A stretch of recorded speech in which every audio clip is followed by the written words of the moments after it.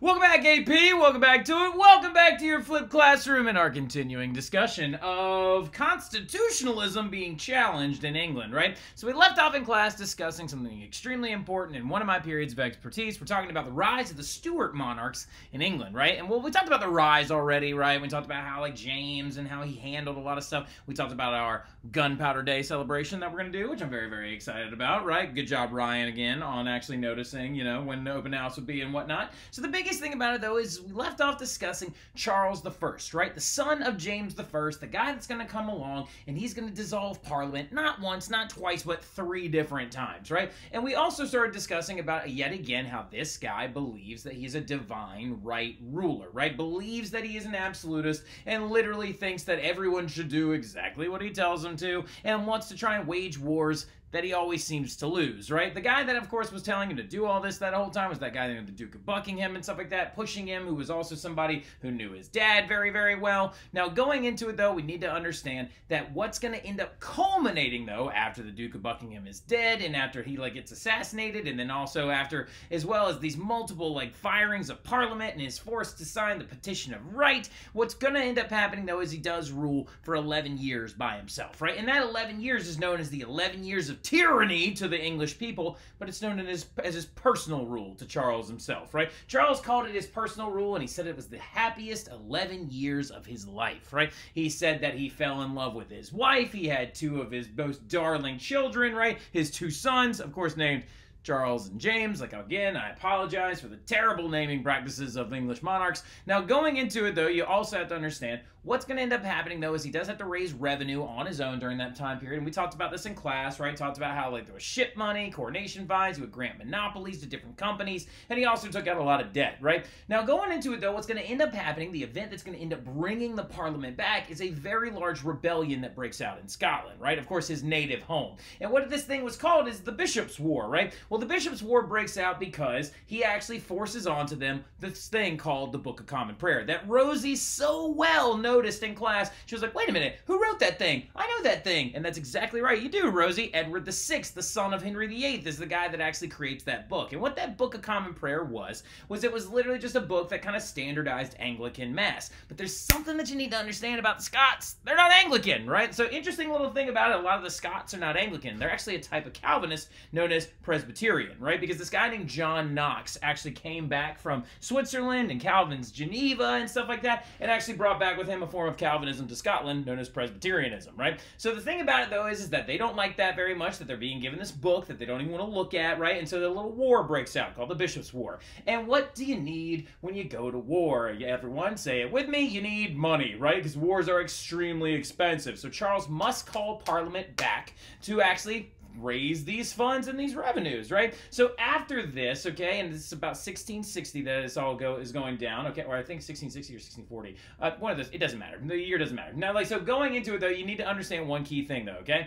He is forced to call Parliament back, and this period of time would be known as Long Parliament, right? When Parliament actually has to come back into power and has to stay for a pretty good while to try and quell this rebellion in Scotland, provide enough funds for him to wage this war, and actually like, you know, start regimenting things back into the way that the English have always done them, with their constitutional monarchy, right? Now, what you need to understand, though, is that also Parliament decided to check him, right? Now, what I mean by check him is give him a little, like a little reminder of who actually needs to be around and in power and stuff like that as well. And so the Parliament decides to put on trial his best friend, a guy named John Wentworth, right? A man by the name of John Wentworth, who was a parliamentarian himself, who actually is a member of Parliament, who literally was also one of Charles's closest advisors and was actually right by his side during his 11 years of personal rule. And during Parliament meetings in the House of Commons, John Wentworth would always, like, stand up for Charles and be like, guys, he's trying his best, right? And they actually end up becoming very close friends. Well, what ends up happening, though, is Parliament decides to be like, well, you aided the monarch in eliminating the Parliament, and you actually aided him during the 11 years of tyranny, and so because of that, you have done treason onto this government,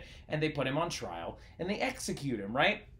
What ends up happening, though, y'all, something that you don't really realize, is that actually Charles is the one that has to sign the execution order, right? He has to sign that order saying that John will die, right? And so what ends up happening, though, is he's just like, I didn't freak out. Like, and he ends up freaking out. He's sobbing, he's crying, and he ends up signing his best friend's death warrant, right? Now, interesting little facet of this entire story is that, wait a minute here, who is somebody that would have never allowed him to sign that document? That would have been like, Charles, you are the king, you don't sign anything if you don't want to. It would have, of course, been his wife, Henrietta Maria, right? Like, so now, and Henrietta would have been like, no, in France we don't do these things, right? We have powerful kings that do whatever they want. And the growing absolute fervor that's actually going on in France. Something that you need to understand, though, is she wasn't there, right? She wasn't there. She was actually on vacation with their two sons to France to go visit their relatives, right? And so in this process of her absence, he ends up signing away his best friend's death warrant, right? Well, when she returned, she is irate. Like, she is irate. She's like, Charles,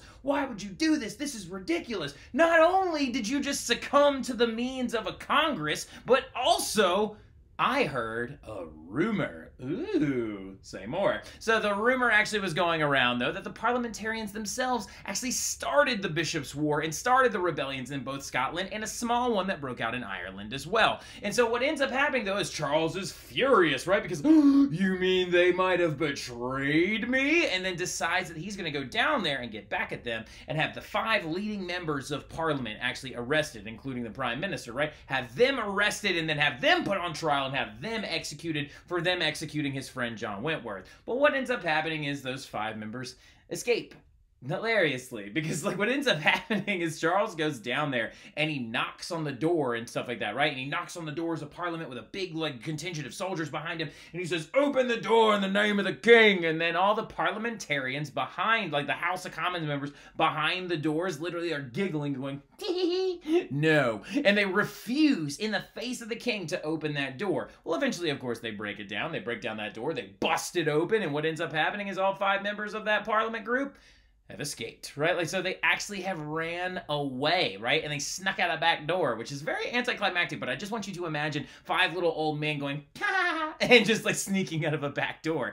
And so like literally what ends up happening, like just imagine it's like me and Mr. Gillian and Mr. Mathern and Mr. Wooderson and I don't know, like Mr. Capel just going, tee, and just like running out, and we're all wearing our graduation robes, right? So the big thing that ends up happening though is that, I don't know why I keep saying tee-hee-hee, but going into it, they end up escaping, and what ends up happening is Charles, being so embarrassed, decides to go to northern London and also the northern provinces of England and assemble an army to put the Parliament in their place, right? And this army was known as the New Old Model Army, right? I almost said new. The Old Model Army, and it was known as the Cavalier Army, and they were Charles supporters. And then there was another army known as the New Model Army, also known as the Roundheads. They were Parliament supporters, right? So we have a little bit of an issue on our hands from 1642 to 1651. We're going to have this little bad boy known as the English Civil War, right? So write that down real quick. I forgot to put it on this slide, right? From those years right there, you are going to see a massive conflict break out that is going to literally determine the course of government in England going forward. This is literally a battle between a man who thinks he's an absolutist and the Parliament that says, no, you are a constitutional monarch, right? And so what ends up going down, though, is they get like these nicknames and stuff like that, right? So the Old Model Army, of course, being Charles supporters and stuff like that, were very well known for their wealth and their aristocracy, because they were aristocrats and they were nobles and they were landed nobles that really actually supported the king and thought that he should be able to do whatever he wanted, because with his power, of course, it grows their power as well. They were very well known for being super, super wealthy, right? They usually were mounted on horseback, and they had a very distinctive look to them as well. Cavaliers, actually, when we look at them, were very well known for very large hats with ostrich feathers coming out of them, and also having well-groomed long hair and sporting the always fancy in the 1600s mustache. Going into it though as well, you have to understand where their nickname comes from. Why are they called Cavaliers, right? Well, they're referred to as Cavaliers due to the fact that they actually, it was like a nickname given to them by the other side. So in every single Civil War, if you ever hear a nickname, for example, in the American Civil War, the Northerners were referred to as Yankees. and the Southerners were referred to as rebels, right? When you hear these nicknames, the reason why is because the other side gave it to them, kind of out of spite, right? And so the name Cavaliers pops up because they're making fun of them, calling them rich little do-gooders and stuff like that. The other side called them that because there's a word in Spanish that's caballeros, which means the guys on horseback that are rich, right? And so they're basically just calling them rich, tawdry little turds, right? So the thing that going into it, though, is then there's the other army that is the supporters of the Parliament, and it's known as the New Model Army. They're also known as the Roundheads, right? And we don't know exactly where the name Roundheads comes from, but we do know that it's a sneer at them and stuff like that. And the reason why that they were called the Roundheads probably most likely is going to be due to that rounded helmet that they're wearing right there, or the fact that their assistants that were usually young boys would shave their heads and stuff like that to avoid lice, right? So buzz cuts might have been the reason why they called them Roundheads, okay? But going into it, what you need to understand, though, is this pitched war is going to break out, and it's going to be very, very vicious for several years, right? And even lasted longer than our American Civil War, right? And there's going to be huge battles like the Battle of Naseby and the Battle of Edge Hill and stuff like that. But what ends up going down is it all comes down to the leadership of these armies, right? And the leader of the Roundheads is a man by the name of Oliver Cromwell. That, of course, y'all already have initials in his, initials of his in your notes right now, right? So you already know who's going to win, right? So the Roundhead leader is a man, but of course, by the name of Oliver Cromwell. He is also going to lead them to victory, right? Because the Roundheads will eventually be victorious, and the AP test is never going to ask you about the Battle of Edge Hill or the Battle of Naseby or how many wars there actually were, because technically there were 3 phases of the English Civil War. They're never going to ask you that, so don't worry about it. All you need to know is that the Roundheads win due to superior tactics and the fact that they also used a new model army that had different forces that actually were, of course, coined off of Gustavus Adolphus and his regimental army and how he actually changed the Swedish army during the 30 Years' War. So, now going into it, though, they create this new force and they end up being victorious, right? And when this goes down, Charles is then going to learn of his failure and his loss, of course, in 1651, while he's playing a game of chess, right? He's playing a game of chess and he finds out that he lost, and they give him a new document to sign, right? Saying that you will humble yourself before the Parliament, and you will then, also realize that you will never be an absolutist and that you will never have divine right rulership, and basically just in essence that you are a constitutional monarch. Take that. Eat it, loser. Now, but what he does is he still refuses to give in, right? And he refuses to sign that document. And so what ends up happening is the Parliament then decides to put him on trial, right? So they try him for his treason against the country, and they say that he refused to actually sign this document, right? And so what they end up doing is they actually have him executed. And he is the very first. He is the first at the time, the first king to ever be executed by his own people, right? Now, this is really, really big because notice I said up until this point, right? So now, because we're going to have a couple other kings that are going to be executed by the people, but if you actually see this Charles I execution warrant, it's really, really funny because remember when I was talking about this opening of Parliament the other day? And it actually was today, and I was discussing how literally they check the basement for gunpowder and they do all this other stuff, right? So the funny thing about it though is as well is there's this document that actually sits in the room, right? And that is the warrant of Charles's death, saying he will be executed. And while the king or queen of England is waiting for Parliament to be open, and during the opening ceremonies, they have to sit in a room with this thing right next to their face, right? Kind of as an ever-present reminder that if you buck back against the Parliament and the constitutional system of England, you will too be put to death, right? And so the crazy thing about it though is that Charles, the King of England, has now been executed, right? So who's the new king now, right? And we can actually see Charles's little noggin right there, of course, in front of everybody, and that's the executioner holding his head, right? So who's going to be the king now though? Is it going to be his sons, right? His sons, he's got 2 of them, right? He's got Charles and James, and they're both in their 20s by this point, right? So shouldn't it be those guys, right? Well, sorry to say, guys, but no, it's not going to be. What's going to end up happening is actually the growth of a new period in English history known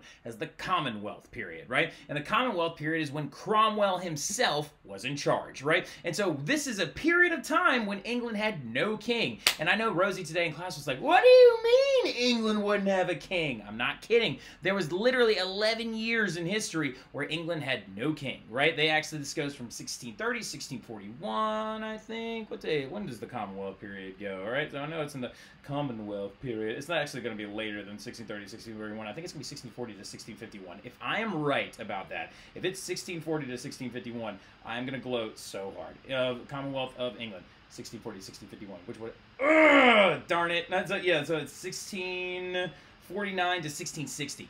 son of a gun. No, I was close, though. 1649 to 1660, though, is the Commonwealth period where they had no king whatsoever, and it was a republic under the leadership of Oliver Cromwell. Something that I haven't told you yet, though, is that Oliver Cromwell is a Puritan, right? So he is a Puritan. Look at that goofy little, like, white smock that he's got on underneath there, right? He is a Puritan.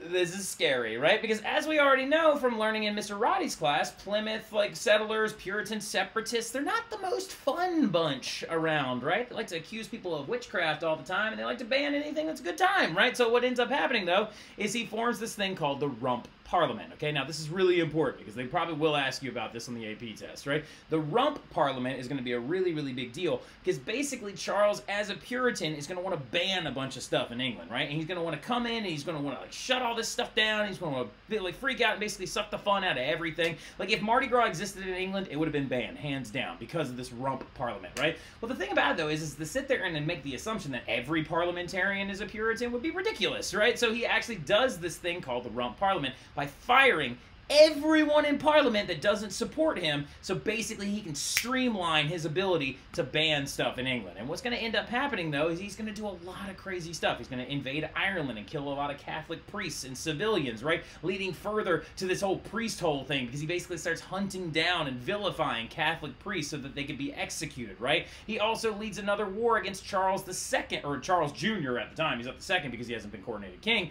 But the thing about it, though, is Charles Jr. is going to be the guy that ends up having a war with Oliver Cromwell, known as the Third English Civil War, right? And so what ends up going down, though, is because the Scottish, right, after the death of Charles I, they put Charles Jr. on top of their throne, right? And he literally becomes Charles, King of Scotland, right? And so he ends up having a war against Cromwell and loses, and literally almost dies at one point. He actually hid inside of one of those priest holes. Crazy story, right? He actually hid inside of one of those priest holes while he was on the run from Cromwell's armies, and while he was in there, he met a priest, right? And they actually became very good friends. And so the other thing that is also going to happen is he tries to cancel anything of fun because he's a Puritan, right? He tried to cancel Christmas one year. He banned Halloween and Halloween celebrations. He pushed these things called the Navigation Acts on the colonies that forced them to actually buy goods that were shipped on English vessels, which is going to help lead to the American Revolution. He closed bars. He closed theaters. He fined people for missing mass. He banned sports. If a child was caught playing with toys on a Sunday rather than going to mass, they would be beaten in front of everyone, right? You could receive tickets for not going to mass and fines, and it was very much so a very theocratic government, right? It was no fun at all. And then by the end of the Commonwealth period, towards 1660, he's going to turn England into a bunch of military districts, right? And he's going to usher in martial law to enforce all of these new big reforms. And he's going to use the military a lot like a police force. And he's just as bad as the actual kings that came before him. And when he created this thing, he literally referred to these military districts where he used martial law to actually rule over everyone and used fear and basically said, we will beat you in the streets and arrest you if you do not follow our puritanical reforms. If you open a bar or get drunk or lewd in the streets, if you curse, there was fines for cursing. If your language was too foul, literally they banned Christmas gooses and celebrations. It's so ridiculous, right? He tried to suck the fun out of everything, right? But when he did all that, it was called the Protectorate, right? So when he did the military district thing anyway. So he dissolves the Rump Parliament, creates this thing called the Protectorate to enforce all of his really intense laws. And when it was called the Protectorate, he literally referred to himself as the Lord Protector, which sounds to me a lot like king, right? So it's really ironic that when we look at Oliver Cromwell, he's almost just as bad as the kings that came before him. Because this right here is the royal emblem and seal of Charles I, and notice it's a guy on horseback running, and then there's a dog, and so it's a hunt scene. And this is the royal seal of Oliver Cromwell. The only difference between them is that his horse isn't running. So literally, he's just as bad. And you can actually see it on his seal right here. He's known as the Lord Protector, right? So now, and it's just bro, you're just like a king, but you're worse because you made everybody have not a good time, right? So you banned bars and drinking and dancing. You couldn't dance anymore. Dancing halls were banned. Theaters were banned. No laughing, no jokes, no nothing. It was boring and awful for 11 years. So the English are going to decide that they bit off more than they could chew, right? So the English realized in that moment, they were like, maybe we made a misstep here, right? Maybe we shouldn't have done that, right? So they decide they want to bring the Stuarts back, right? They were like, our bad, and they decide they want to bring it back. And this period is known as the Restoration period, and it happens in 1660 at the end of the Commonwealth period after Cromwell dies, right? So Cromwell ends up dying, and he literally is dead for about a year. His son, Richard Cromwell, tries to rule for about a year, and it doesn't go very well. So what ends up happening is they want to bring the Stuarts back, right? And the Stuarts are going to come back in a very big and a very royal fashion, right? And the very first one to come back who will be recoronated is, of course, none other than Charles's son, right? The guy that fought a war against Oliver Cromwell will become the next king of England, right? And when he comes back into power, he does everything the opposite of Cromwell, right? He literally does a big ceremony. They actually dig up Cromwell's dead body at this ceremony. They execute Cromwell's dead body by cutting its head off, and they run through the streets with his head on a stick. So with Cromwell's decomposed, crusty-looking noggin. Sorry about that technical glitch, right? But the big thing about it, yeah, this is Oliver Cromwell's noggin on a stick and stuff like that, and they paraded it through the streets of England. Look how crusty and decomposed it is, right? And they actually hung it on top of Westminster Hall for several years. We don't know where it is because apparently the wind blew it down and it was going. So, like, now going into it, though, you have to understand what's going to end up happening, though, is when Charles comes into power, okay, this guy right here who is known for his fabulous wigs and his great look, and it's also the reason why these dogs are known as King Charles Cavalier Spaniels, right, is because of the hair and stuff like that. So if you want to interact with Charles anytime in real life, that's where their name comes from. Right? The thing that you got to understand about Charles, though, is he was also known as the Merry Monarch, right? He was known as the Merry Monarch, or the king that brought back partying, right? Because literally, the Merry Monarch is, they were like, look, he's happy, he's reopening bars, he's bringing back all the stuff that got shut down, right? And also, apparently, because he loved to have a good time, and he loved to drink himself, and he loved to do whatever, right? He also loved tennis and women. So this is an interesting little part of Charles's story. He was obsessed with royal tennis. He was also obsessed with actresses and women that weren't his wife, right? Like, so he actually got married to this princess from Portugal who was a Catholic, and they never had any kids together, right? Because they were Catholic and got married, and so they refused to get a divorce, and he started cheating on her all the time, and he had apparently 12 illegitimate children, none of them with his wife, right? So, like, now it's absolutely wild, but it's basically the reason why he wouldn't have any heirs to the throne, right? But he also dealt with a lot of really intense stuff, right? Charles II, when he came into power, he dealt with the Great Plague of London and the Great Fire of London that happened one year after the other, right? In 1665, a plague broke out in London that really sent the entire city into a huge tizzy, right? And it actually was basically led to the death of several hundred, like over 100,000 people, I believe. I'd have to check those numbers. But it also ends up actually making several people run out of the city, one of them being Isaac Newton. He actually leaves the city during the Great Plague of London, goes out to his country estate, sees this whole apple thing, creates the theory on gravity, right? He actually didn't see an apple fall. That's how he explained it to dumb people. But going into it, though, as well, the Great Fire of London also burnt down a third of the city, right? And it started on this place called Pudding Lane. But he actually had to deal with those things, but he did a good job, right? And he dealt with them by actually funding different relief efforts and things like that. He worked securely with Parliament.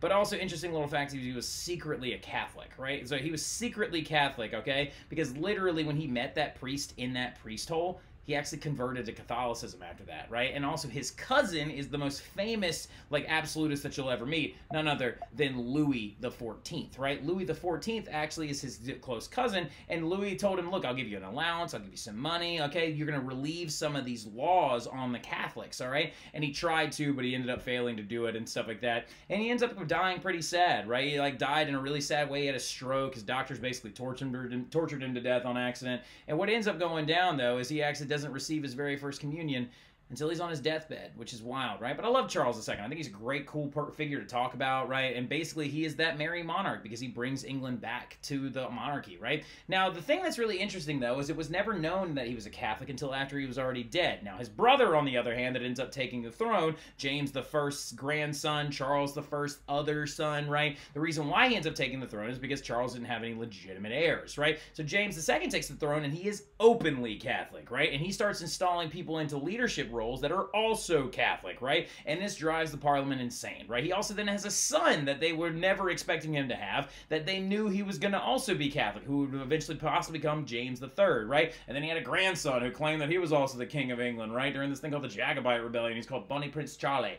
Now, going into it, though, you have to understand, this drives the Parliament insane, right? Because they're fearing that Catholics will take over due to his French relatives, being Louis XIV of France, and then also on top of everything else is that they, England has a history of monarchs trying to bring England back to Catholicism. But what ends up happening is that Parliament comes up with an idea to run James out, right? So like now, and this is a real big deal, and it's known as the Glorious Revolution, right? So what they end up doing is they actually invite his Protestant daughter, all right, so like now to come and run him out of town, right? Now, why they pick his daughter is because his daughter is married to this guy named William of Orange, who is the Dutch head of state, right? Like, so the Dutch head of state, they don't have kings in the Netherlands, right? They actually have a democratic and republican government, but he's the Dutch head of state because he's known as the stadtholder and stuff like that. But William of Orange is the highest ranking individual in the Netherlands, right? And that's who that's who his daughter Mary is married to, right? And so he comes to run James out. The Parliament like leans into him and they're like, look, can you bring a fleet and invade England and freak him out so he runs away, right?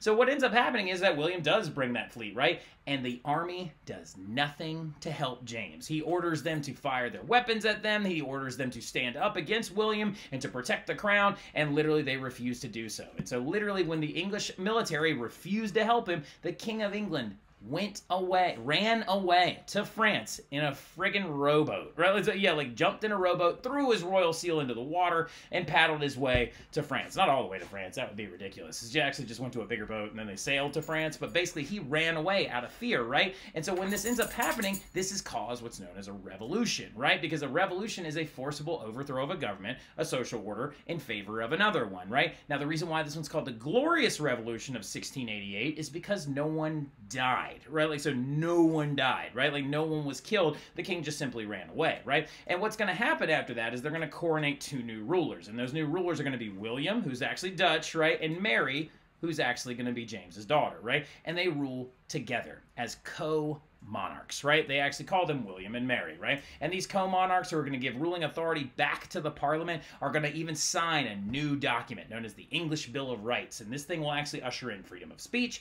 freer elections, and make it so they have no ability as monarchs to overturn any law that comes out of the Parliament, right? And basically this creates what's known as a limited monarchy in England, right? So this whole craziness demonstrates to us that nothing can stop the Magna Carta. And that constitutionalism will reign supreme in England and several other countries, and that absolutists can never overturn that, and they have no ability to, right? So that's constitutionalism in a nutshell. That's the English Civil War period. I hope y'all have a good one. I'll see y'all soon.